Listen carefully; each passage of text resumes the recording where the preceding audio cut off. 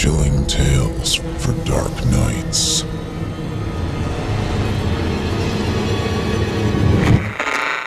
Want to make sure you never miss a Chilling Tales for Dark Nights video again? Be sure to subscribe and hit that bell to turn on notifications.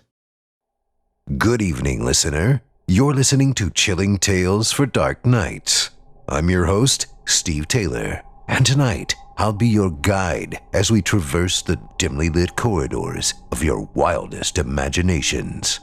Today's episode is proudly brought to you by Astonishing Legends, the podcast with a mission to take a look at legendary, strange, and unusual events from throughout history and interview people who've had close encounters with the unexplained. Astonishing Legends is available now on Apple Podcasts, Spotify, or wherever you listen to your podcasts. Or check out the links in the video description. Now, settle in, get cozy, and prepare to be unsettled. It's time to turn off the lights and turn on the dark. Chilling tales for dark nights.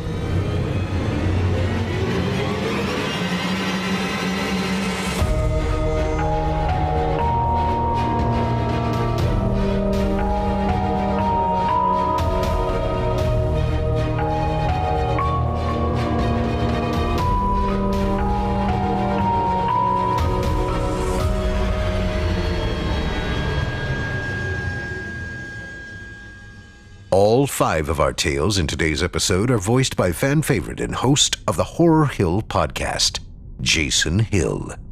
In our first sinister story, written by author Bonnie Quinn, we meet a gentleman with a noisy neighbor, with a rather nefarious reason for keeping him up all night. Without further ado, I present to you, my neighbor is using power tools past 10 p.m. I swear I'm not being that pedantic asshole neighbor. Noise ordinance starts at 10 p.m. and most people respect it because there are a lot of young kids in the neighborhood. But my neighbor across the street is remodeling his house, and last Wednesday he started cutting things at 10:30 p.m. It sounded like metal. A high, shrill whine that easily penetrated the walls of my house and doubtless carried throughout the nearby vicinity. I thought, okay, maybe he's running a little behind and desperately needs to get this done to meet some schedule.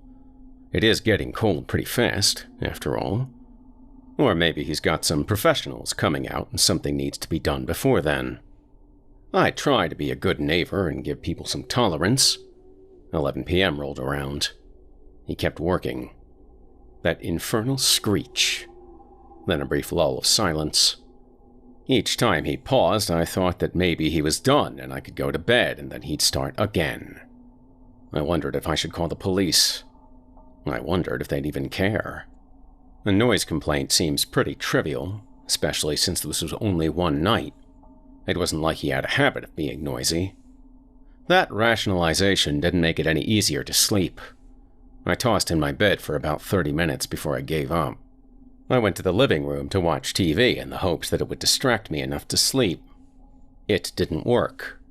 The screech of the saw cut right through the dialogue of the movie I put on, shattering my idle concentration. The longer it went, the angrier I got. Then, around 12:30 a.m., the noise stopped for a full 15 minutes. I sat on my living room sofa, listening intently, hoping that I could finally get some sleep. Another shrill whine. Somehow louder this time, and I jumped to my feet, threw the remote across the room, and screamed some profanities at the wall. I still didn't call the police. I wasn't ready for a confrontation. I was trying to be patient. But, honestly, I was sort of hoping that someone else would be the one to call in a complaint. It was highly likely. Someone kept calling the police on another neighbor because they don't like how he parks his pickup truck with a trailer in front of his house, which I think is ridiculous. He runs his own lawn care business. This isn't some hoity-toity white-collar neighborhood with an HOA that tells you what color your slate shingles have to be so all the houses have a uniform look when viewed from the nearby golf course. Jesus, I am so fucking tired. I'm rambling. Shockingly, whoever they are, they didn't call the police, so I just dealt with the noise until 1 a.m. when it finally stopped for good. I messaged my coworker something about my asshole neighbor and possibly being in late. The timestamp on the message would explain everything, and then I threw myself into bed and fell right to sleep. I actually did pretty good the next day. Got up at my usual time through sheer habit and kept going with the help of coffee. Napped a little when I got home. I talked to my next-door neighbor, the one with a pickup with a trailer, when I went out to check the mail. They'd been kept up by the noise too and were surprised that no one complained. The neighbors right next door to the offender had a young kid, after all, who was surely unable to sleep through the racket.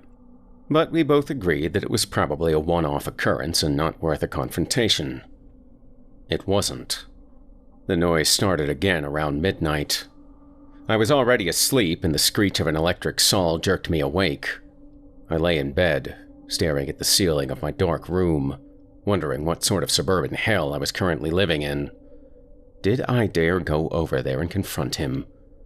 Risk souring the peaceful relationship I had with my neighbor. We weren't friends, but we weren't enemies either. I've been here 6 years without problems. I'd do it diplomatically, I thought. Explain why this was troublesome to me and then ask for his reason for working so late. Maybe suggest he do all the power tool work over the upcoming weekend. Or, at the very least, find out how much longer he'd be using the electric saw and decide if I could live with that and buy some earplugs the next morning. I put on my shoes, got a jacket, and put my cell phone in my pocket. Then I went over. The garage door was up and his car was parked in the street, leaving the driveway and garage interior open. The overhead light was on and a small floodlight was positioned to further illuminate his workspace. The driveway shone with liquid, glassy under the streetlight, running out from the puddle on the garage floor and down to the gutter. This seemed odd, until I realized what he was cutting. Tile. He was using a wet saw. A stack of uncut tiles were stacked along the side of the garage. I waited until a lull in which he set aside the 2 pieces of tile and turned to pick up another. It was a large pile. How much of his house was he tiling? I wondered. We have the same floor plan. The bathrooms and kitchen are quite small. Excuse me, I said into the silence. Just wanted to ask how much longer you'll be needing to use the saw. Start polite. Don't turn it into a confrontation right away. I can't tell you how glad I am, because after I spoke up, he turned around to face me, and my insides seized up with cold terror. He wasn't human. There's no other explanation. His body was human, his hands were human, but his head, like a wolf, almost. Pointed ears that were too perfectly triangular, devoid of hair, and the rest of the fur was short and bristly, like it'd been scorched. I could see pale flesh beneath and the patches where it was worn away. The skull was flattened, like the entire thing had been compressed, squashing the eye sockets away into thin, black lines of folded flesh. The skin receded from the jaw, revealing white gums and ivory teeth that glistened and dripped with saliva. "Yes," he croaked at me, his jaw splitting open and there was no tongue, no throat, only an inky darkness inside.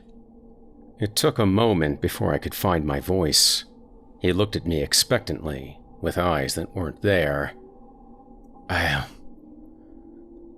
I just, the noise, I stammered. "Well, I need to get this done," he replied defensively, gesturing vaguely at the tiles. My eyes instinctively tracked his hand and settled on the stack of uncut tile. The color was hideous, a fleshy pink, interspersed with patches of darker red and an occasional straight line or knob of white. There was something disturbingly fascinating about the tile, and I stared intently at it, trying to comprehend why its appearance seemed so familiar. Then he picked up one from the top of the stack, and the one beneath blinked at me. An eyeball was positioned near one corner. It stared at me, wide-eyed, and the corners of the eyelid brimmed with tears that pooled on the smooth surface of compressed flesh and muscle and bone. I glanced down at the liquid at my feet. It shone red in the light of the garage. And then he put the tile on the saw and started the blade, and I heard the scream of the saw and the scream of the mouth that was on the tile, shrieking in agony as he sliced it cleanly in half. He looked back up at me when that was done. I told him that it was fine, that I'd just get some earplugs, and I hoped he was able to get through his remodeling quickly.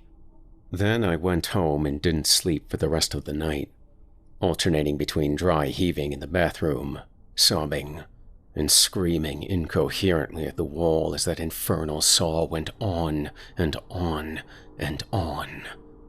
I guess I should have called the police, but I confess I was not in a right state of mind. Morning came and I went to work only because I couldn't stand to remain in the neighborhood. I looked at the neighbor's driveway as I backed my car out. It was still damp, and muddy water pooled along the curb. No blood. It was all just a product of my sleep-deprived brain, I told myself. On the way home from work, I bought some earplugs at the drugstore. Then, I talked to my neighbor out by the mailbox again. He was thinking of having a word with the guy. I told him that was a terrible idea. Trust me, I said. I'd already tried. There were no power tools on Friday, nor for the rest of the weekend. I was deeply relieved. Whatever was going on, it was surely over. I kept looking out the window all weekend, hoping to catch a glimpse of my neighbor, and I finally did. On Sunday, he looked normal. His face was human again. More and more, I convinced myself that I'd imagined the entire thing. Maybe I dozed off on my sofa and it was merely a hyper-realistic dream. Then on Monday, a stack of bricks was delivered to his driveway. And last night, the saw started up again. I remained in my house and peeked out the window through the curtains. It was 11 p.m. I could clearly see his triangular ears and the muzzle of his canine jaw. I'd spent the weekend reading up on the noise ordinance law, so I knew we were well inside the applicable restrictions. All it would take was one phone call to the non-emergency line, and an explanation that this was a consistent pattern now. I wouldn't even be that asshole neighbor by calling. He was the asshole. Then the next-door neighbor, the one with a young kid, went over. I watched him, my breath tight in my chest. He's a big dude with intricate full-sleeve tattoos. Dresses as a Nazgul every year to pass out candy for Halloween, complete with a sword. He seems nice. He double-checked some electrical work I did at my house earlier this year, but otherwise we didn't talk a lot. The tattooed neighbor was visibly taken aback when he approached. He stared at the Wolfman thing a moment, and then seemed to be talking. I couldn't hear what was being said, but the tattooed neighbor was growing more agitated as the conversation went on. He threw an arm out to point back at his house, and it was clear he was yelling at that point. Perhaps he was also sleep-deprived and making bad choices as a result, because I wasn't sure I'd have yelled at something clearly so inhuman. Or maybe that's just hindsight talking. I confess I felt some of his anger as I watched the scene. I just wanted a good night's sleep, for God's sake, and did he really have to be working on this damn project between the hours of 10 p.m. and 2 a.m.? The neighbor with the saw turned his head away as if in submission. The tattooed neighbor paused in his tirade. And in that brief respite, the wolf thing rose up, drew his shoulders back, and his neck seemed to elongate, the muscle rippling and bulging. And he opened his mouth so wide, the lower jaw flapped like a broken hinge. And then, he bit my neighbor's head off. Blood fountained into the air, splattering over the saw, the bricks, and the garage as the body convulsed, and then collapsed to the ground. I screamed and threw myself back away from the window.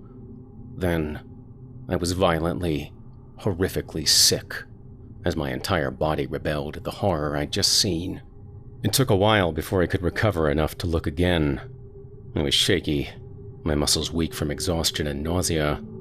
Trembling, I drew back enough of the curtain that I could see my neighbor's garage. He was bent over the saw, running thick slabs of what seemed to be wood through it. My neighbor's body was gone. I didn't recall there being wood in his garage earlier. Then he picked up another piece and positioned it, and I saw that the whorls and rings in the wood looked like tattoos. He lowered the saw blade and blood poured forth, splattering on the ground and streaming down the driveway to the street. I called 911, told them my neighbor has been using power tools late at night for a few days now and that my neighbor had gone over and I'd heard fighting and I was worried someone had been hurt in the confrontation. They arrived quickly and I paced my living room, watching the lights of the police cruiser dance across the back wall. The officer didn't talk long.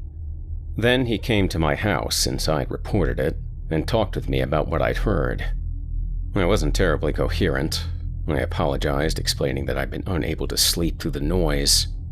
The officer was polite and told me there was no sign that the argument had escalated further than just some yelling.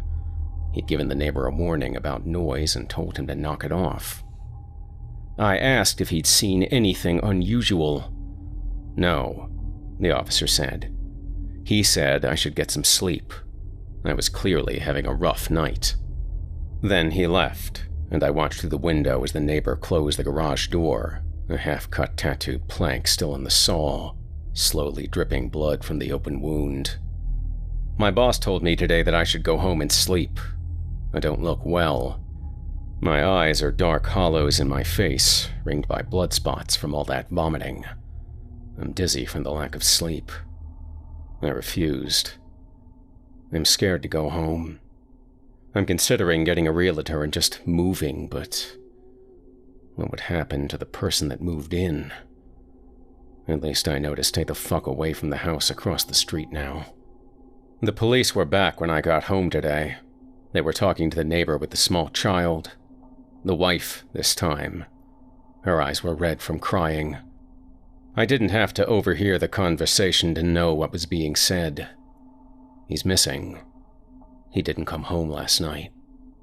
The police searched the neighbor's house again, checking inside and checking the backyard, and I watched it the entire time, desperately hoping that they'd find something. But they didn't, because they came and talked to me again, and I cried a bit, and the detective was sympathetic and took notes of everything I said. I didn't say anything about the wolf thing. I just said the neighbor went next door to complain about the power tools. I heard yelling, and that was all. It's 10:30 p.m. right now. I've been listening to the saw for the past half hour. I'm too afraid to even look and see what he's cutting. The sound of the saw reminds me of screaming, but I think that really is just my imagination this time. I've tried putting in earplugs, but it's not enough. I can still faintly hear it. I'm too anxious to sleep, knowing what's out there. I'm getting a hotel room tomorrow night, and every night, until he finishes his goddamned remodeling.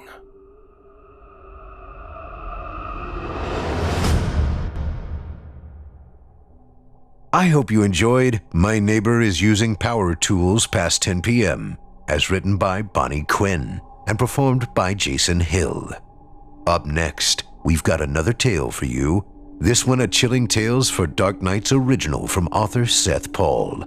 In it, a young man saves a few dollars getting inked at the cheapest tattoo shop he can find. But will he end up paying the price in far more sinister ways?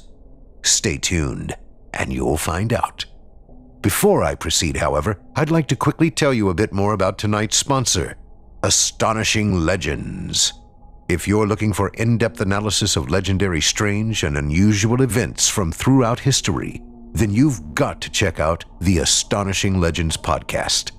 Scott Philbrook and Forrest Burgess have been hosting the Astonishing Legends podcast since 2014 and have accumulated over 67 million listens to date. And that many fans of the fearsome can't be wrong. Astonishing Legends uncovers the truth behind legends you thought you knew by exploring every possible explanation, from the skeptical and mundane to the far edge of fringe. As a listener, you'll have more information than you ever imagined, and you'll get the opportunity to decide for yourself whether the stories at the root of these mysteries are nothing more than old wives' tales or the honest-to-God things of nightmares. Scott and Forrest have covered everything from Skinwalker Ranch to Bigfoot to a case of demonic possession known simply as the Sludge Entity. And through exhaustive preparation for their interviews, you'll hear the most comprehensive and thorough conversations with experts, authors, and researchers. So what are you waiting for? Be sure and listen to the Astonishing Legends podcast on Apple Podcasts, Spotify, or wherever you listen to your podcasts. And check out the links in the video description. Thanks so much for your time, and don't forget, you support Chilling Tales for Dark Nights when you visit our sponsors, and your support means a lot to us. Now that we've done our part to refer you to some additional nightmare fuel, allow me to amplify your insomnia with another terrifying tale. From author Seth Paul, as performed by Jason Hill, I present to you The Hourglass Tattoo.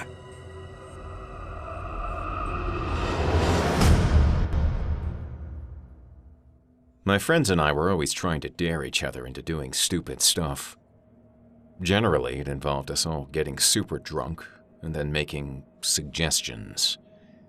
If we all agreed somebody had to do something, they would have to do it, or they'd have to drink from the bottle.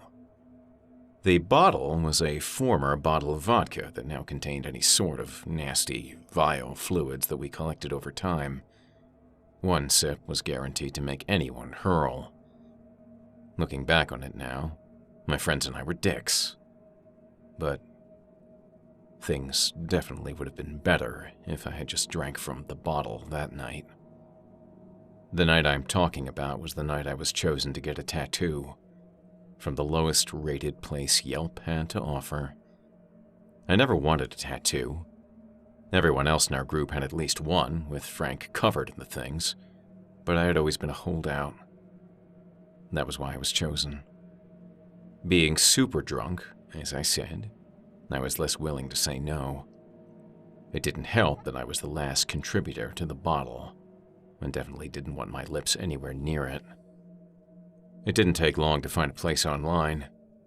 We had never seen a place get so many negative reviews and still be in business, without being a trolling prank, anyways.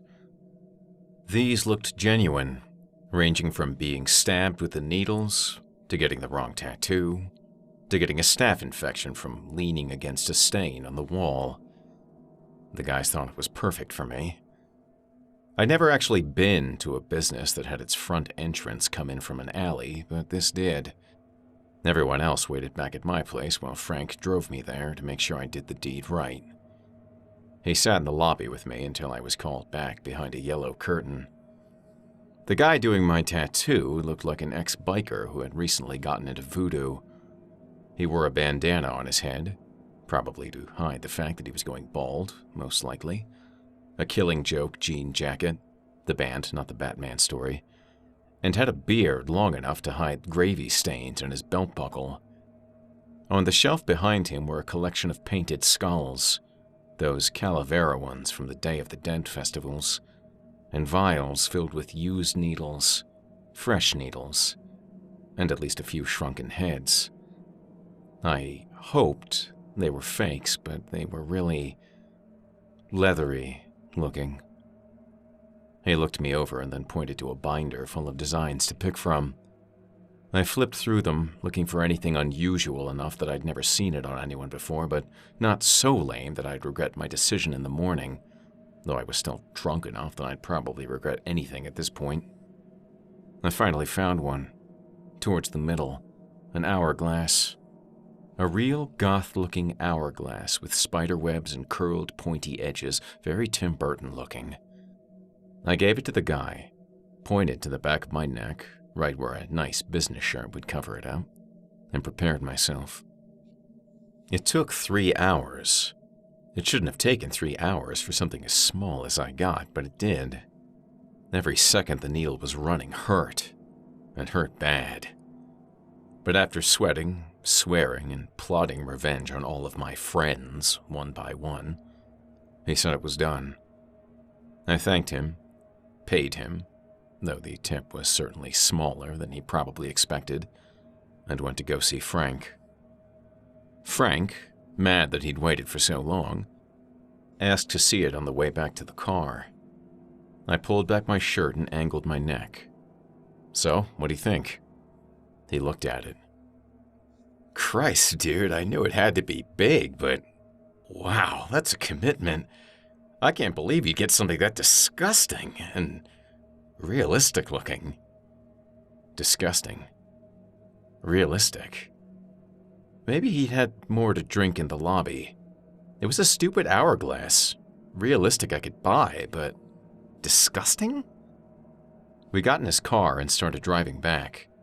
With my neck itching, I asked if he had a mirror in the car so I could get a look at it, maybe even rub some of that greasy lotion the artist gave me to keep it from drying out. He said there might be a single mirror or something in the glove compartment. I checked, and he was right. I raised it up to look at my hourglass.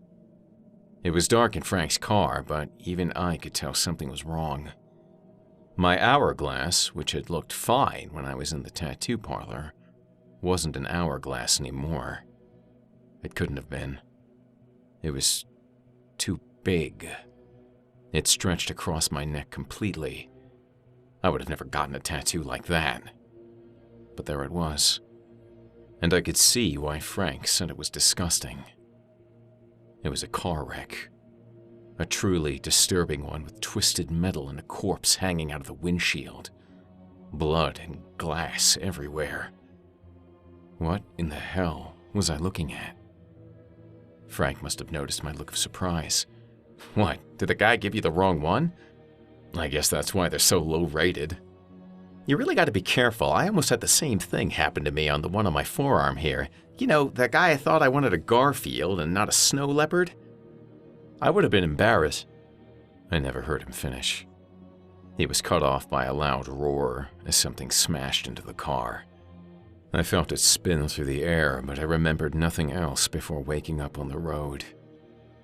It can't have been a long time because there were no emergency vehicles around, but I stood up, with only a dull pain in my arm and the only injury I could feel. I was lucky, considering I had been wearing my seatbelt and yet had still been thrown from the car. Frank wasn't so lucky. The car lay in a puddle of leaking fluids, and when I came closer, I saw he was hanging out at the driver's side window. He was shredded by glass and not moving. The way he was hanging looked familiar, and the longer I looked at his ruined body, the more I realized what I was looking at. The tattoo on my neck. The wreck looked just like the tattoo. I was checked by the emergency personnel who arrived, who confirmed that I had bruised my arm and gotten a few superficial cuts. Frank had been killed on impact. The truck driver who had hit us had fled the scene and was caught a little ways up the road. Thing is, if he had stayed, he wouldn't have been at fault. Frank had run a stop sign. I didn't talk to anybody for a while. I wasn't sure if I was just in mourning or if I was still scared about my tattoo. Since the night of the accident, it was clearly back to being an hourglass. I couldn't be sure, but I thought there was more sand in the bottom than there had been when it was first done.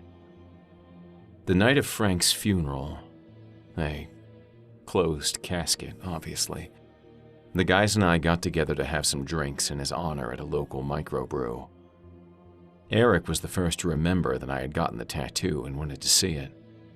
I let him, but I was reluctant. Dude, sick! What the hell? Who'd even let you get that? My stomach twisted. I had to see what he had seen. I excused myself and went to the bathroom. I still had the mirror from Frank's car. It had survived the crash, and I held onto it just in case. Looking in both mirrors, I saw the tattoo had changed again. It showed a man whose head had been smashed to a pulp, but the body was still holding a glass raised in toast. I ran back out to the group and told them maybe we should go on home and meet back up tomorrow. They all agreed, except Eric, who said he'd call for an Uber or something, that he wanted a couple more drinks. I thought maybe that if I left, he'd be okay. Maybe if my neck was cursed or something, it would leave him alone if I got as far away as I could. I went to sleep. The next morning, I got a frantic call from Jeff. It was Eric. He had gone missing. A few hours later, Jeff called again. Eric was dead. He had apparently gotten blind, stinking drunk and started getting loud and screaming that he wanted to fight someone. He got kicked out, and he thought it would be a great idea to walk home by himself. He passed out on the railroad tracks. The train hit his head and never even slowed down. They found him early in the morning, but it took a while to find out because they needed fingerprints to identify him. I checked my tattoo. Hourglass again. More sand was definitely in the bottom than there was before. I went back to the tattoo parlor and asked about the guy who gave it to me. I found out he'd been fired. Turns out he falsified his application form. The name and address he gave weren't his. He had taken his stuff and left before anyone could call the police. No one knew who he really was. After Eric's funeral, I didn't go out drinking. I stayed at home. I found myself watching the tattoo. It was the only thing I could do. It was a mistake to be alone, though. My remaining friends decided to check in on me and make sure everything was okay. Jeff brought the bottle with him, not to drink from, but just to remember better times. And then he made a comment, asking if I had got the tattoo worked on because he didn't remember it being big enough to see over the top of my shirt. No, I wouldn't let it hurt anyone else. I would stop it. It was the stupidest thing I'd ever done without being drunk. I grabbed the bottle and smashed it on the table. Everyone shouted as I ran out of the room and up to the bathroom where the mirrors were still set up, where I watched every day to see what the shape of the tattoo would take next. I saw it was no longer the hourglass, but didn't look at what it was now. I locked the bathroom door, held tight to the gooey, liquid-coated edge of the bottle's neck, and started cutting. It hurt. It hurt so bad. But it had to go. I vaguely remember the door busting open and someone calling an ambulance, going to the hospital. I did live, as I'm writing this now. One skin graft and many psych evaluations later, I was discharged. So far, nothing more has happened, but I'm still afraid. You see, nobody found the piece of skin I had cut off. I had stared at it, long and hard, before my friends broke down the door. I'd thrown it into a drawer and hid it. When I came home, I found it. It was the hourglass again. But even on that now dead tissue, it still changes, I think. I swear more sand is still falling through the hourglass even without it being attached to me. There's only a few grains left, which means now I look for it to change, to go back to the image that I'd seen that night. The image that I now realize nobody ever saw but me.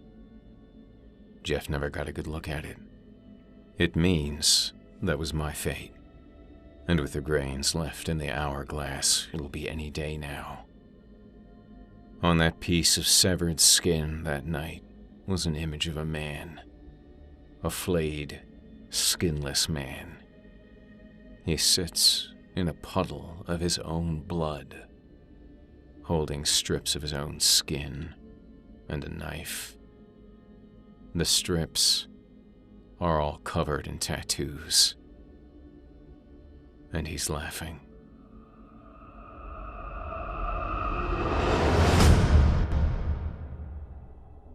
I hope you enjoyed The Hourglass Tattoo, as written by Seth Paul and performed by the very talented Jason Hill. You can hear more of Jason right here on the Chilling Tales YouTube channel, or search for his podcast, Horror Hill, by name, on your favorite podcast app of choice. You won't be sorry you did. Up next, we've got a third helping of frightening fiction for you. This another Chilling Tales for Dark Nights original, courtesy of authors Blair Daniels and Chilling Tales creator Craig Groshek. In it, a young man meets an elderly gentleman with an incredible story to tell. But when he gets caught up in the middle of it himself, he may wish they had never met. Without further ado, I present to you The Disappearance of Karl Ernst.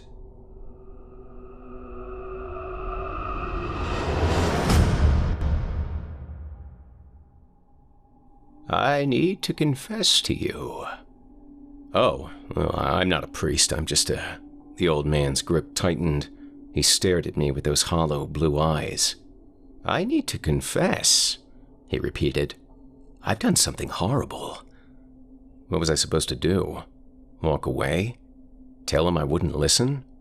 Well, that would be unkind, wouldn't it? I sat down next to him. Okay. Tell me, Sam, what is my name? He asked. I looked at him blankly. Well, the other guy called you Abe. He leaned in close. The strong smell of cigarette smoke wafted over me, and I tried not to gag. Oh, my name isn't Abe, he rasped. Okay, he's senile, I thought. I broke eye contact and scanned the room. None of the nurses seemed to be present. The red exit sign glowed far off to the right, tempting me to leave. No, I have to stay. My eye snapped back to his. I spoke slowly and quietly. Well, what's your name then? Karl Ernst. Oh, that's a nice name. I took Abe Baker's life. My heart began to pound. Well, he's just senile, I told myself. Everyone gets a little crazy when they get older. Everyone. The old man suddenly whipped around and looked over his shoulder, almost as if he expected to see someone standing behind him. Then he turned back to me. Oh, you don't believe me. I see it right in your face. No, that's not true. Of course I believe you. I didn't want to argue with him. At his age, that could mean a heart attack. Oh, you don't. No one does, really. But I tell you, it's true. This man, Abe Baker, was only a child when I stole his life half a century ago. A 17-year-old with a penchant for beer, gambling, and wild women. A few of the elderly women sitting on the sofa glared at us. I feel terrible about it, oh, I do. I stole a young man's entire life. But the thing is, I don't really get a choice in the matter. Whose life I take? I'm usually transferred to someone within a mile or two, but other than that, it's quite random. He grabbed his hands and cracked his knuckles, frantically, nervously. I looked at him, eyebrows raised. You murdered someone? But you had no choice in the matter. Not murder, no. He shook his head. Then, in a hushed whisper, he said, I just took over his body. I didn't know what to do. When I signed up to distribute the Eucharist to the elderly in a nursing home, I never expected this kind of situation. They didn't train us for this. At all.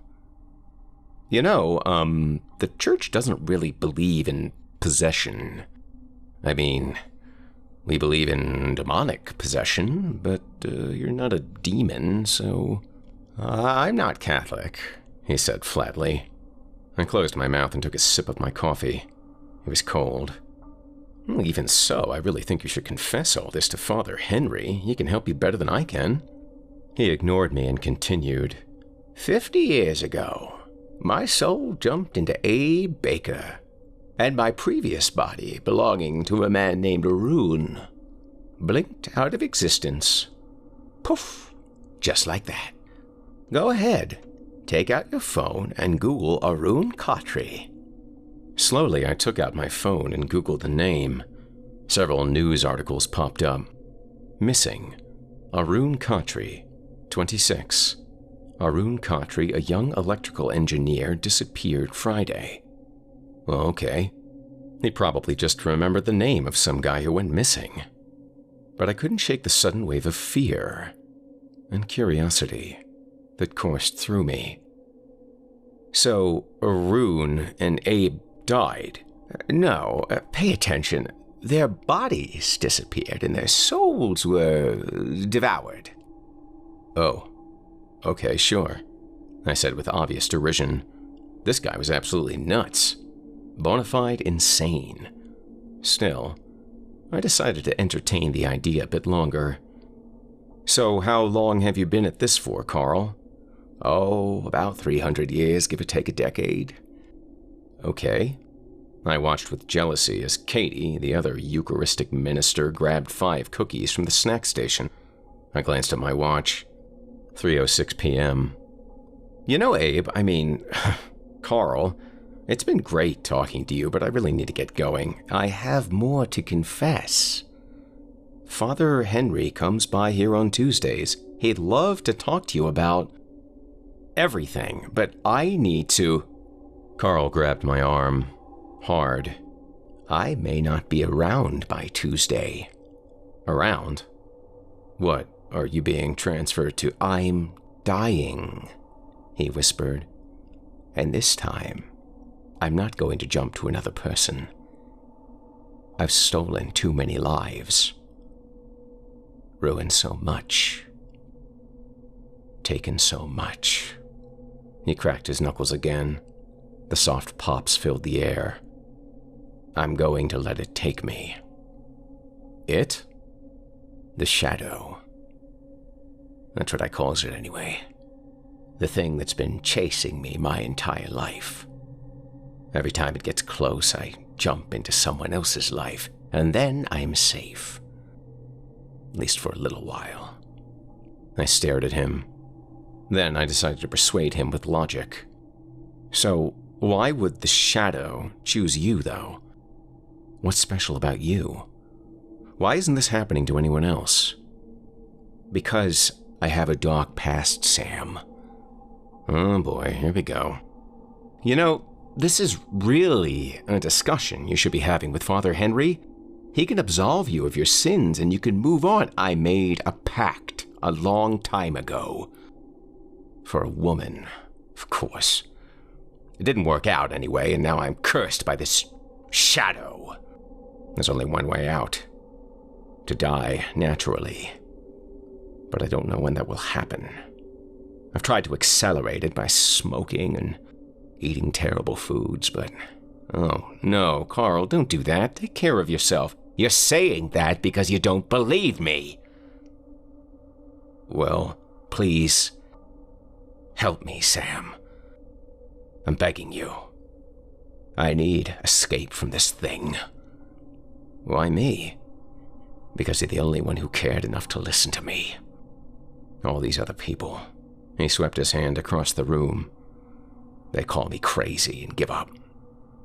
No one has ever allowed me to finish telling a story. Oh, but you must have family or something, right? Well, they don't care either. They're the ones that put me in this home, after all. His cold blue eyes turned sad. Please, Sam. God damn it, I'm begging you. Help me escape this once and for all. How? He didn't have a chance to reply. Suddenly, his expression turned dire. His eyes widened, flitting around the room. His mouth quivered. "Oh, it's here. Oh, no.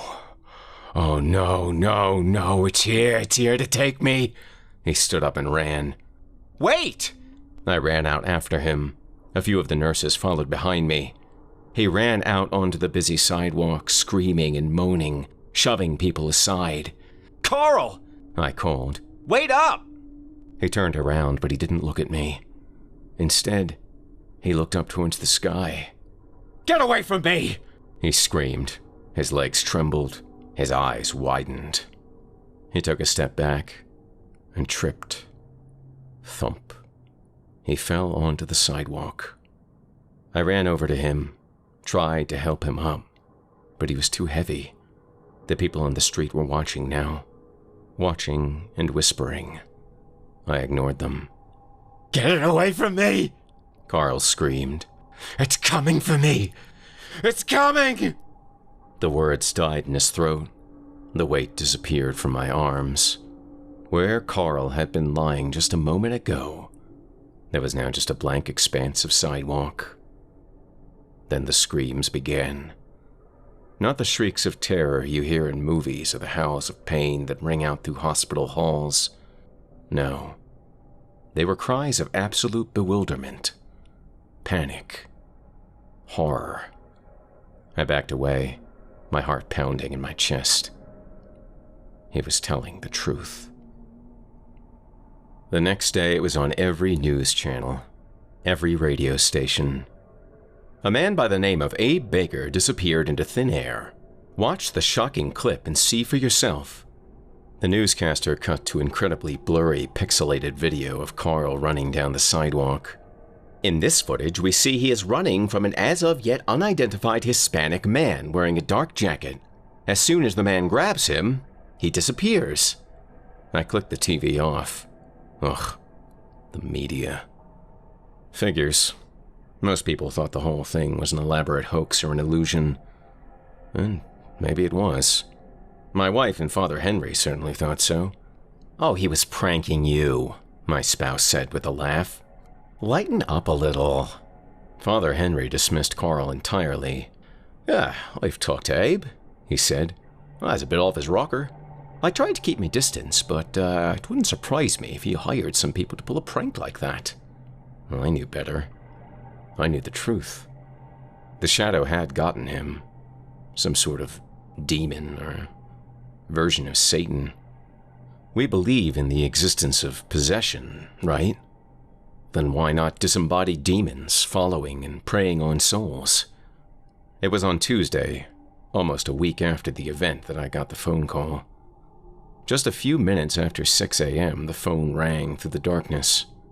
I groaned and poked my head out of the blankets and grabbed my cell phone. "Hello?"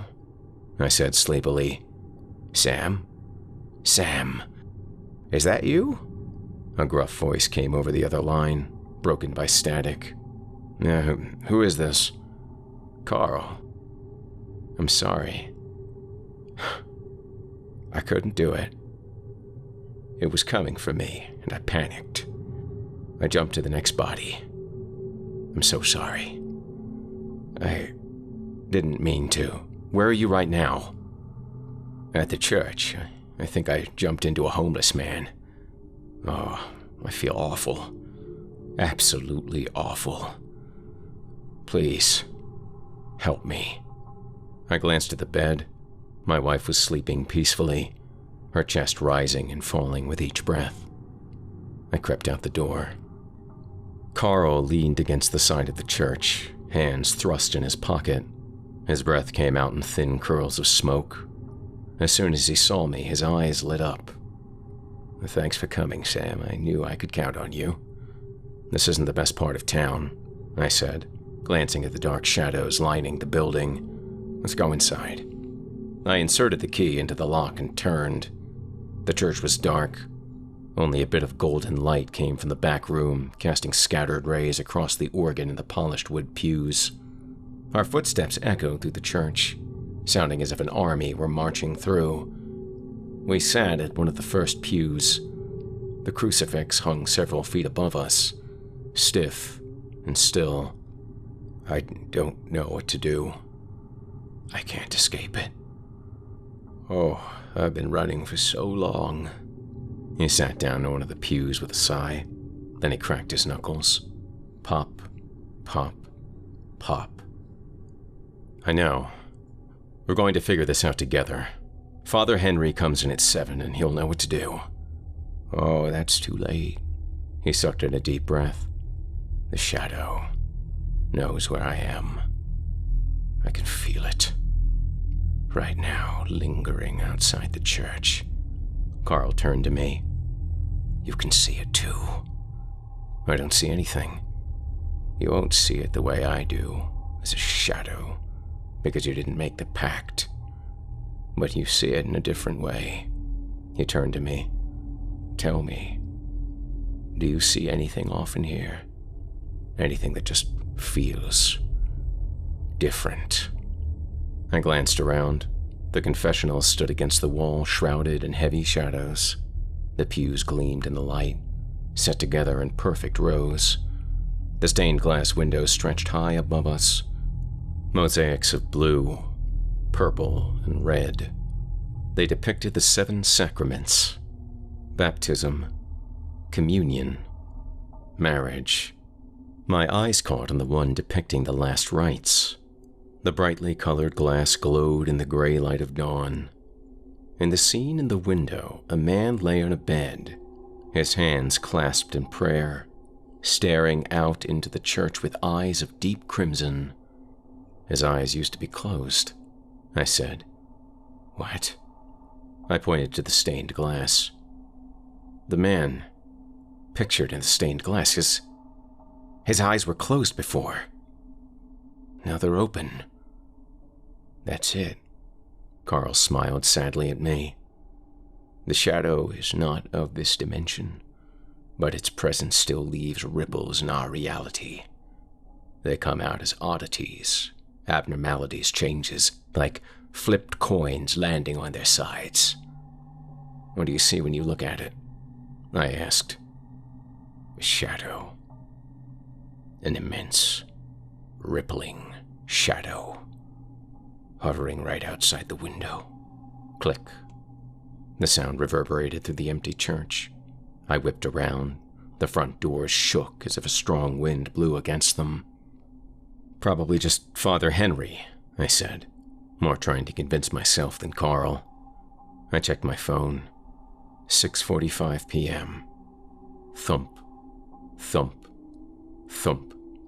A heavy thudding sound interrupted the stillness of the sanctuary, emanating from right outside the door. Then, with a crash, the doors burst open. A powerful gale rushed through the church. Outside, the letters on the parish bulletin board were all scrambled into gibberish. Some weren't even letters at all, just strange symbols, oddities. Is that it? I whispered. Karl turned around, ignoring my question. No, he cried in panic. He jumped out of the pew, pulling at his hands. Oh, it's here. I had no idea what to do, so I grabbed a Bible out of the pew and began to read. Oh, God so loved the world that he gave his only begotten Son. Oh, it's no use, Karl cried. Don't bother, it doesn't matter anymore. The walls of the church rippled and quaked. The wind gusted through the church. Pamphlets fluttered to the floor. Karl took a step towards the door. I'm going to let it take me, he said. I've ruined too many lives. I won't take any more. For a split second, I saw the shadowy figure swooping towards him, its eyes burning like wildfire. Its smoky wings spanned the width of the church. And then, with a pop, both of them disappeared. I collapsed into the nearest pew, my forehead beaded with sweat. I'm sorry, I whispered. I'm so sorry, Karl. I tried to help. The whispers became a fervent prayer. "O Father, who art in heaven, hallowed be thy thump." I looked up to see Father Henry walking into the church. "Father Henry! Oh, I'm so glad you're here!" He walked right past me, not even looking in my direction. "Father Henry?" Pop. Pop. Pop. I looked down. He was cracking his knuckles. "Wait. Are you?" He turned around. Blue eyes met mine, cold as ice. "You're a good man, Sam. I'm sorry I had to lie to you." "Karl!" "Who I jump into isn't totally random. I can only jump to the body of someone unrepentant and corrupted by sin. I guess you could say I'm a reaper of sorts, delivering the damned to the devil on a silver platter, whether their time was up or not." He gave me a wry smile. Fortunately for me, Father Henry was not a God-fearing man. Far from it. In fact, if you knew the things he's done, you would lose your faith in an instant. Karl turned around and walked out into the breaking dawn. Before he turned a nearby corner and disappeared amidst the midday crowd, he cast one final glance over his shoulder and addressed me. "You're a good man, Sam," he said. "Be sure to keep it that way. Trust me when I say you don't want to end up where Abe, Arun, and all the others are. Father Henry may not be dead, not technically, but he's going to wish he was. Someday, my day will come as well. But not today. See you around, Sam." And with that, Karl disappeared around the corner, and I haven't seen him since. Or have I? It's impossible to tell. All I know is that there's a steep price to pay for a life of sin, and that our debts can be called in at any time, without warning. When your time is up may not depend on destiny or the will of God after all. It might just depend on the desperation of a man running for his life.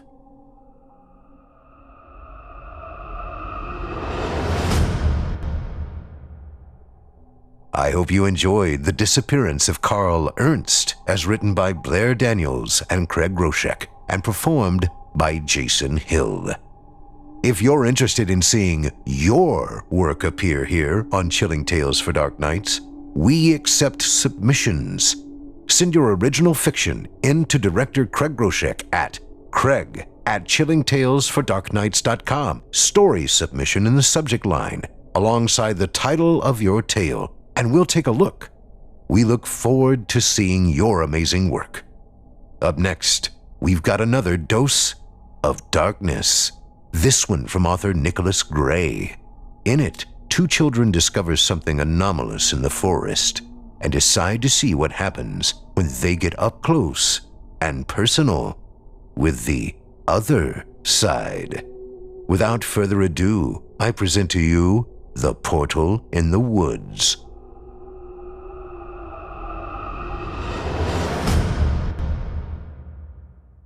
"Dad, you said you'd play catch with me," I yelled as my father walked past me to his office, where he spent most of his days when he wasn't at work. "I'm sorry, bud. I've got to get these documents down for tomorrow's big meeting. We'll do it another day, okay?" I frowned. That was the same excuse he always gave me, and the same follow-up he always had. "We'll do it another day. Yeah. Sure we will," I thought. The longer I stood in front of his door, the more upset I became. I eventually huffed and puffed enough to the point where I stormed out of the house. I left for my go-to place when I was upset.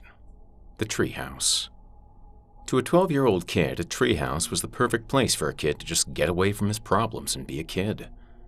It was Reese's and my place to go when we were sad, mad, or just bored out of our minds. It was our little getaway when things went awry in our lives. We also went there just to hang out. It was our spot. We had found the treehouse one day while looking through the woods for buried treasure. We didn't find any treasure, but we did stumble upon the treehouse. We climbed up the ladder and viewed the place from inside. Reese called it a dump, but I saw the potential in it. I fixed her up, grabbing fold-up chairs, a rug, and a blanket to cover the only window in the wooden box to create the coolest treehouse ever. We kept our comic books, Yu-Gi-Oh cards, and other miscellaneous knickknacks up there. Now that I got the treehouse out of the way, let me explain to you who Reese is. Reese is my best friend. He moved in next door when I was in the 2nd grade. We went over to the house and introduced ourselves. I went into Reese's room and saw that he had a Nintendo 64. We sat down and played Super Smash Bros. All day, and that first visit became a sleepover, which we spent staying up late playing video games till our eyes became sore and then some. Reese was a good kid. Sure, he'd get into trouble occasionally, like the one time he fed his sister's goldfish to the cat, but he was overall a good kid. He'd get into trouble for sneaking out, and he constantly was a wise ass to teachers, but again, he was a good kid. And most importantly, my best friend. My only friend. That day, Reese was on the last day of his grounding. He was caught sneaking out at night. I was supposed to sneak out as well, but I got cold feet and stayed in bed. Reese went to the treehouse alone, and when he realized I wasn't there, returned home, where his parents caught him trying to sneak back in. Reese would always tease me, clucking and calling me a chicken when I did stuff like this. I was sure that once he got loose from the confines of his room, he'd be all up in my ear about it. I entered the woods and was making my way to the treehouse. I was about 3/4 of the way there, swinging a stick I found a while back, pretending it was Excalibur, when I saw it. It was a black hole, the size of a bowling ball, levitating at eye level a few feet away from me. It looked like someone took a picture and punched a hole through it, leaving a black spot in its place. I approached it curiously.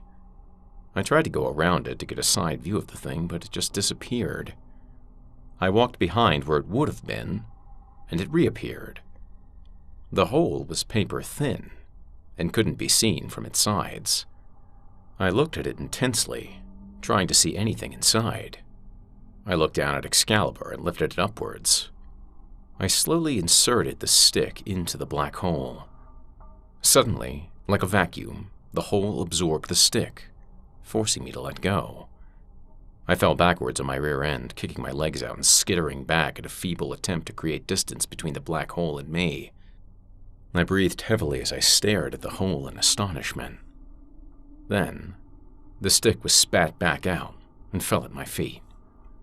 I was frozen in place for a good minute. I didn't know what to do. Then, I had an idea.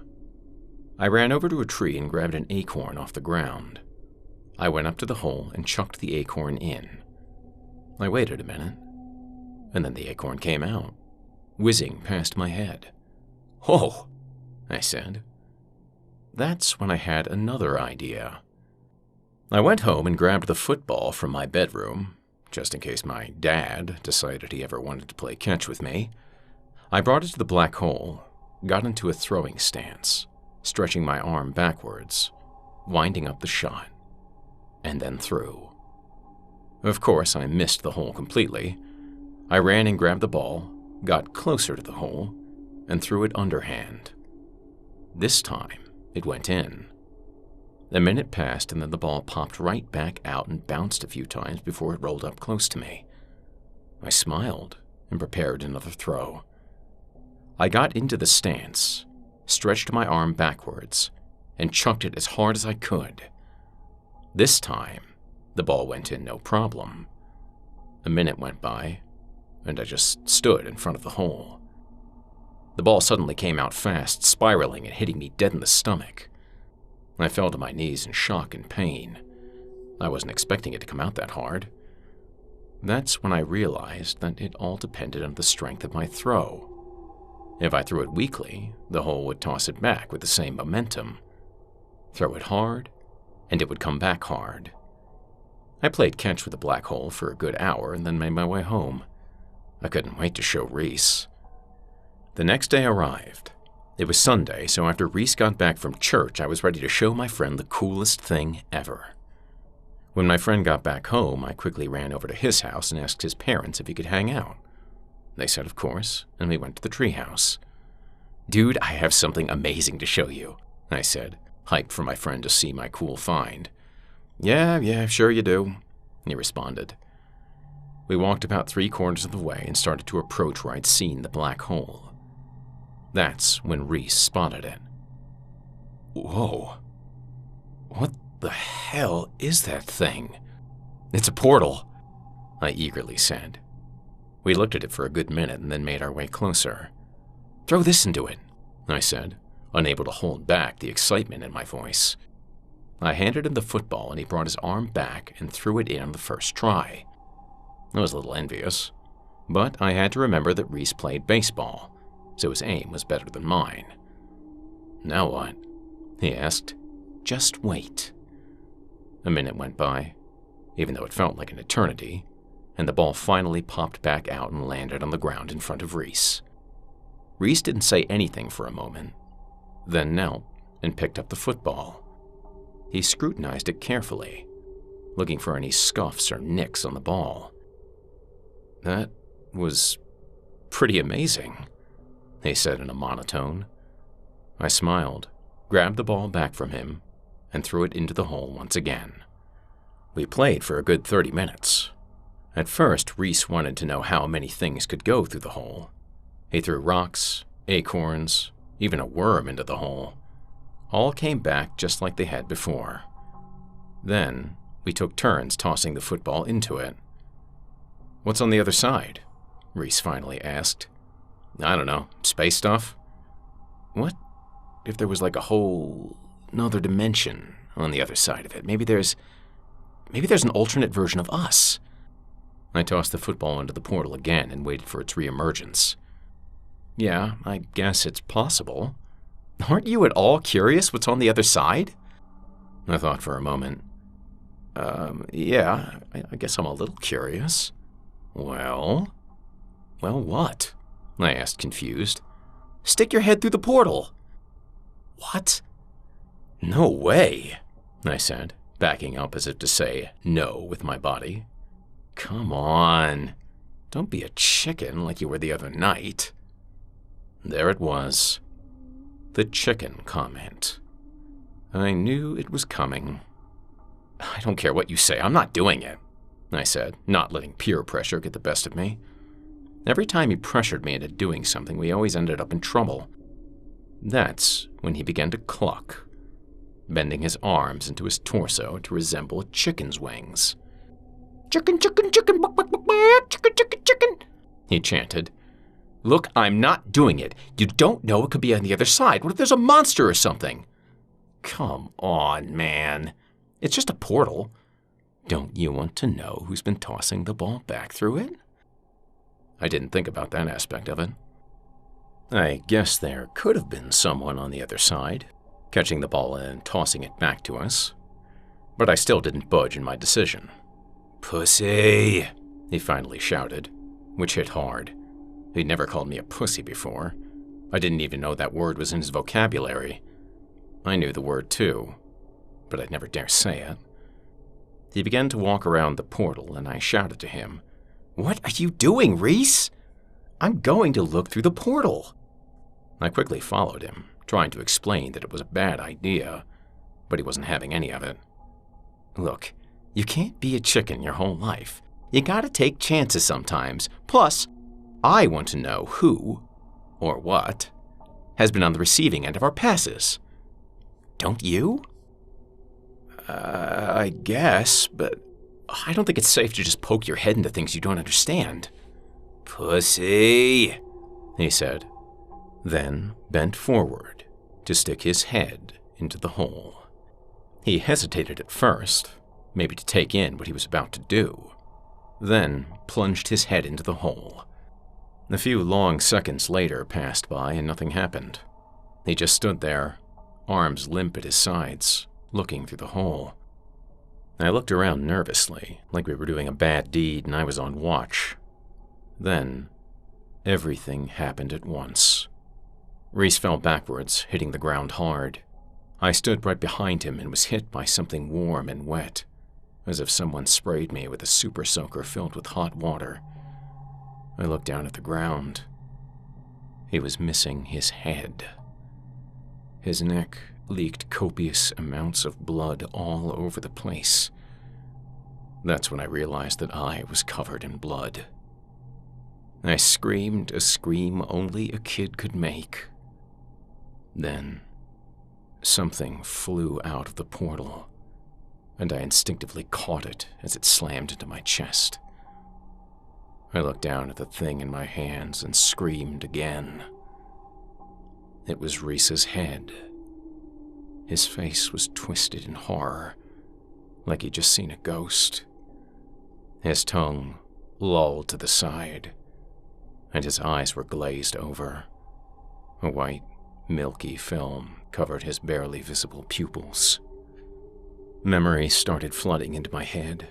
Thoughts of the times Reese and I would play hooky from school. The times we'd sneak out and would tell scary stories to each other in the treehouse, trying to make the other piss his pants. All the fond memories I'd ever had of Reese came together all at once and were shattered with one new, horrifying mental scar. My hands began to tremble and I dropped Reese's head to the dirt and ran away. I kept running till I made it home. I opened the door and slammed it behind me, then ran to the restroom to wipe Reese's blood off of my face. I spent half an hour scrubbing Reese's blood from my face, and another scrubbing the blood off my clothes. I was petrified.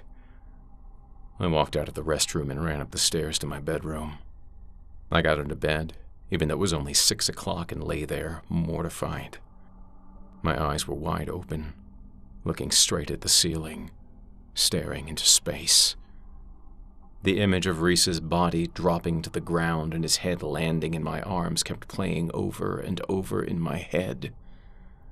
And then, after hyperventilating for a good 10 minutes, I fell asleep. My dad woke me up. I opened my eyes and thought to myself, oh, that was one weird-ass dream. But my father knocked me out of that thought when he asked me if I knew where Reese was. Apparently, he didn't come home, and his parents thought that maybe he was over at my place. They filed a missing persons report the next day, thinking that maybe Reese had run away. After a few days went by, the police decided to do a search of the woods. They spread out and found his decapitated body on the woodland floor. Local news played the story everywhere. They were looking for his killer and asking anyone who had any information to call the local police department. I picked up the phone a few times, mostly to clear my conscience, which was eating me alive, but I didn't, because I knew that no one would believe me. Who would? Hey, my best friend stuck his head through a portal and it bit his head off. Yeah, I'm sure that would be taken seriously. After all this time, one question remains with me, though. What did my friend see on the other side of that portal?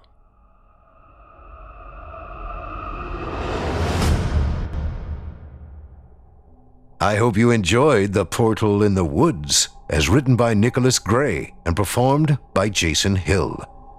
Up next, we've got one final fearsome work of fiction from author Victor King. In it, we're transported to a bar in the aftermath of one of the worst natural disasters in recent history and discover that it's impacted more than just the living. Without further ado, I present to you what Hurricane Sandy uncovered.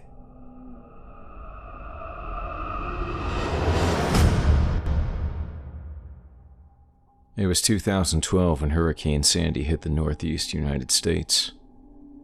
New York City was fixated on a dangling crane in midtown Manhattan. Elsewhere on the coast, weird stories and photos circulated on the internet and social media. Most notably, picture of a shark on the flooded front lawn of a New Jersey home.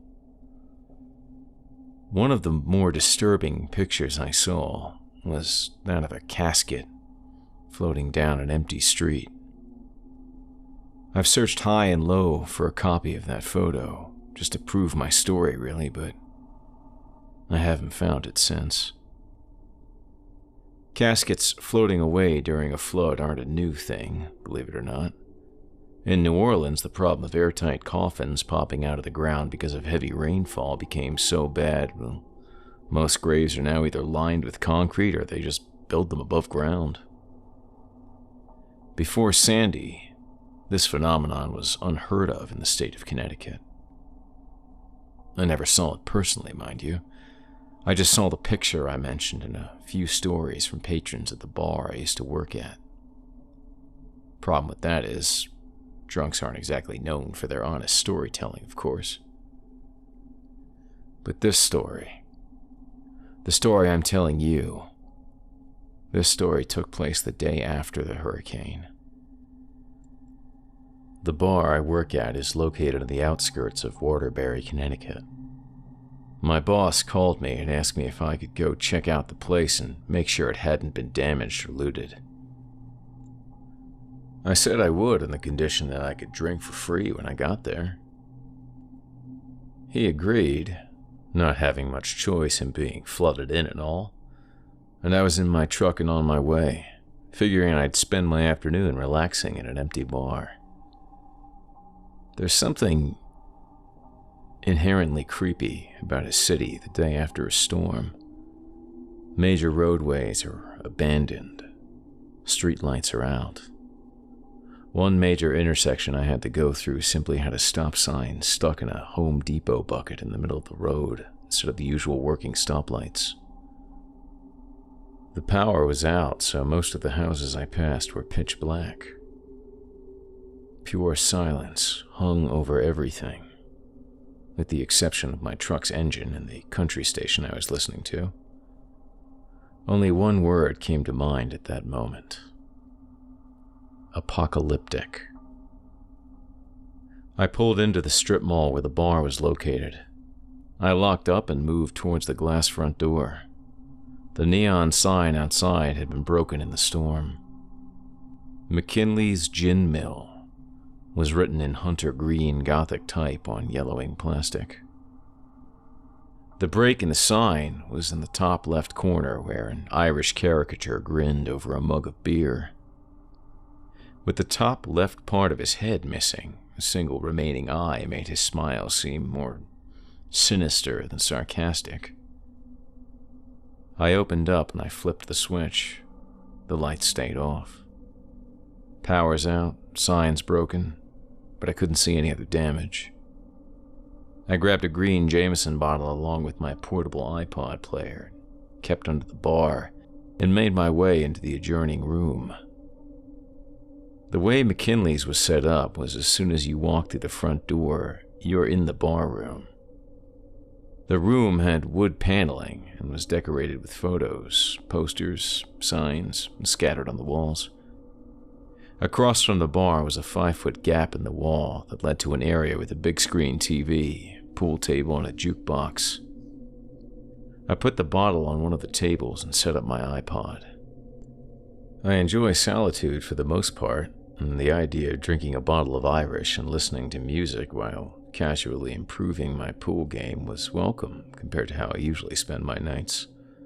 Noisy 20-somethings taking Instagram pics and comparing how drunk they are. Well, I just put my chill-out playlist on and set up the table. I was maybe halfway through my second game when I heard the bell over the front door tingle. I put down the pool cue to the sound of a scraping stool. I walked back into the barroom and saw the man's back. "You got a drink there, friend?" he asked in a sing-song voice. I made my way to the shelf with all the liquor bottles. The man was dressed odd compared to our usual clientele. He was wearing a dark black suit, like the guy had just gotten out of church or something. "What's your poison?" I asked. He rapped his knuckles on the wood. 4 roses bourbon, if you'd be so kind. 3 fingers neat, if you don't mind. I reached up to the top of the shelf and grabbed the dust-covered bottle. I took clean rocks glass from the bottom of the shelf before turning towards the man and pouring the drink. The man grabbed the glass and I looked up at him. That was the first time I got a real look at him. His suit wasn't Sunday best, as I had originally thought. Patches of it had rotted away. It was covered in patches of mud and dirt and pus-yellow stains that shone past the black. The shirt underneath, which had once been white, was now a light brown, and the same sickly yellow blotches scattered about. But that wasn't the horrifying part. His eyes were glazed over white, with only evidence of pupils being putrid milk-colored dots. His skin was pulled tight against his skull like pale cling film. The right side of his face didn't even have that much. The bottom of his right eyeball was visible past a half-rotten eyelid. Cheekbone, jaw, teeth were all visible in a deep yellow color. He sipped the whiskey, and brown liquor ran through the gaps in his teeth. It burns. Very fine, friend. Very fine. Damn good stuff, he said with a half grin. I pulled back and the man gave a deep laugh. Oh, I know. I must look a mess. Caught me reflection in the store window. Don't you worry, don't mean you any kind of harm. Not to you, at least. I reached under the bar, my hand wrapped around a sawn-off baseball bat we kept in case of a robbery. If you're aiming to use that bat, you'd better make sure your first hit is true, friend. I don't want to hurt you, but I will. How did he know what I was thinking? Did he check under the bar when he walked in? Did he see the reflection in the mirror? But he answered for me. So when you're dead, gone on 60 years, you start to see things no one else does, he said, pointing at his half-exposed eye. The eye sees all, I'm afraid. I see your heart racing. I see your knuckles whitening on that bat. I see you, Frank. My fingers tightened around the leather grip. He took another sip. I don't know how I know either, but please, friend, put the bat down. I just got out and I'd just like a bit of friendly conversation. Grab a drink, pal. My dime. I let go of the bat and tried to feel the shelf behind me. I half swung my hand around until I felt fingers touch glass. I put another rocks glass on the bar top in front of me, not wanting to lose sight of the stranger. When a man with half a face, who knows your first name, asks to have a drink with you, you have 3 choices. Option A, try to kill him. Well, that wasn't a choice if he knew what I was thinking before I thought it. Option B is to scream and run. But run where? The police?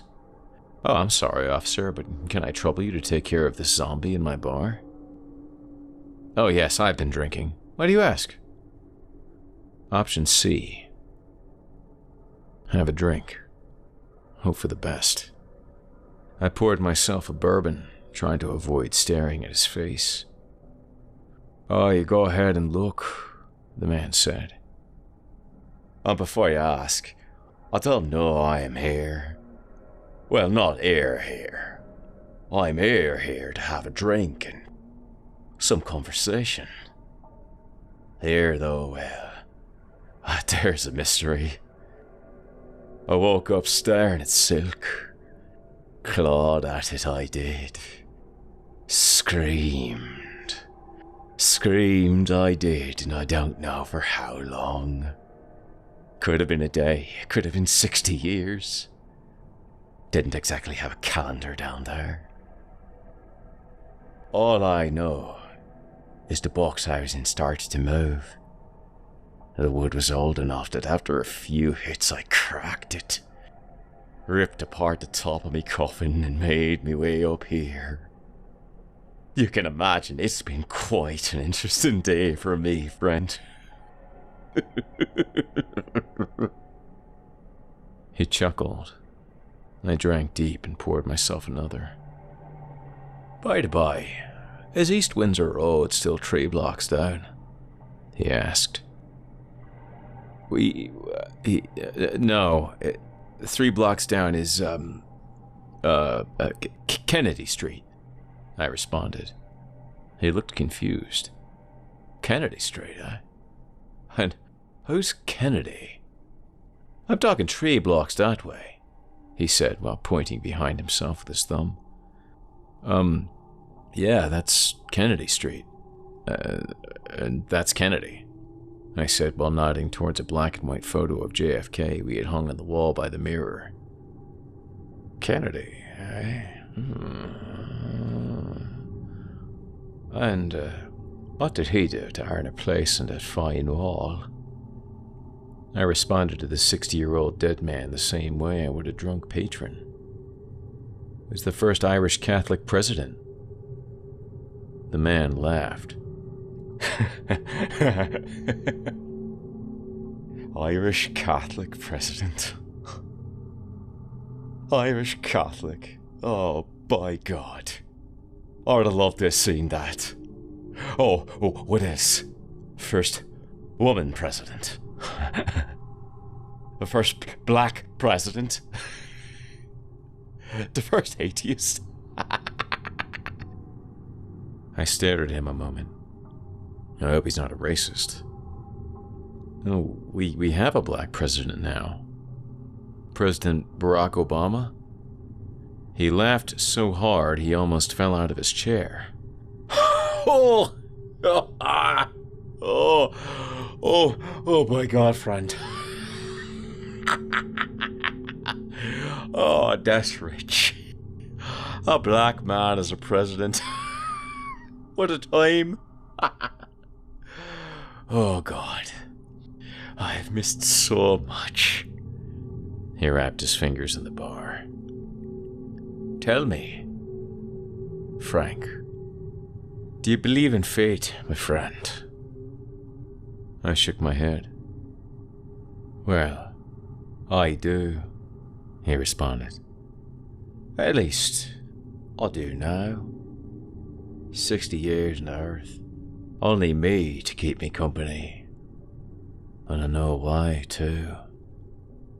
My pretty wife. Well, I guess pretty ex-wife now. She killed me. He shook his head. I knew that stew tasted funny. Anyways, my wife wanted to be with my friend Teddy. I knew at the time that they were running around together. One night I go home and eat a nice home-cooked meal. Next thing I know, I'm clawing at the ceiling. He finished his bourbon. Dark brown trails on yellowed bone through gritted teeth. I'll have my revenge, though. Seeing as I'm gonna walk down Kennedy Street. Go right up to my old house and knock on the door and yell, "Honey, I'm home."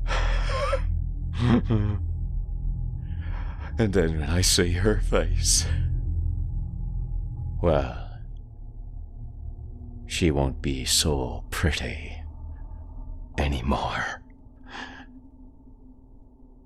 And I do so hope Teddy'll be there too. Oh, that would be a proper homecoming. By God. He stood up. I'll pay you back, friend, when I get the chance. I seem to be a bit light at the moment. I'm sure you understand. Solancha. Frank. He turned around and walked out the door. As the bell above the door tingled, I fell to the ground, trembling. I had finally composed myself a few hours later in the mid-afternoon. I locked up, texted my boss about the damage, and went home. I didn't sleep much. I ended up calling out of work the next few days. But with a combination of sleep deprivation and just repeating to myself that it was a bad Halloween prank, I finally found the courage to go back. Then, a week after my return, I was opening up when I found an envelope shoved under the door. Inside was a newspaper clipping about an elderly couple who seems to have been ripped apart by some animal. Also, $9. Once I found out from the owner a glass of 4 roses cost $3 when they first opened in 1951. I quit, and I left the state of Connecticut for good.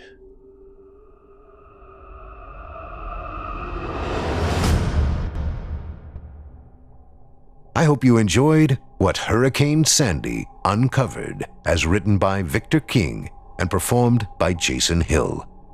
I'd like to thank you personally for listening tonight. If you had as good a time as we did, please take a moment to subscribe and hit the bell notification icon here on YouTube to ensure you never miss a new release, and follow us on Facebook, Twitter, and Instagram. You can also check out our podcast of the same name on iTunes and wherever else podcasts are found, and see our other quality programs at simplyscarypodcast.com. And please consider signing up as a patron at our website, chillingtalesfordarknights.com, to show your support and get all of our content, including our audio archive dating back to 2012, ad-free. Lastly, thanks again to today's sponsors, Astonishing Legends, for their support of this show. And remember, your support of their program helps us as well. Be sure to listen to the Astonishing Legends podcast on Apple Podcasts, Spotify, or wherever you listen to your podcasts. There are links to our friends in the video description below. I'm your host, Steve Taylor, and it's been a pleasure, as always. I'm so glad you were able to join us tonight. Tune in next time when we once again turn off the lights and turn on the dark.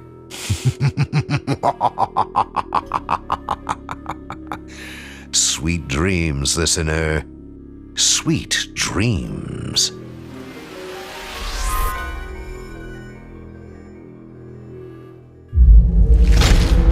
Chilling tales for dark nights.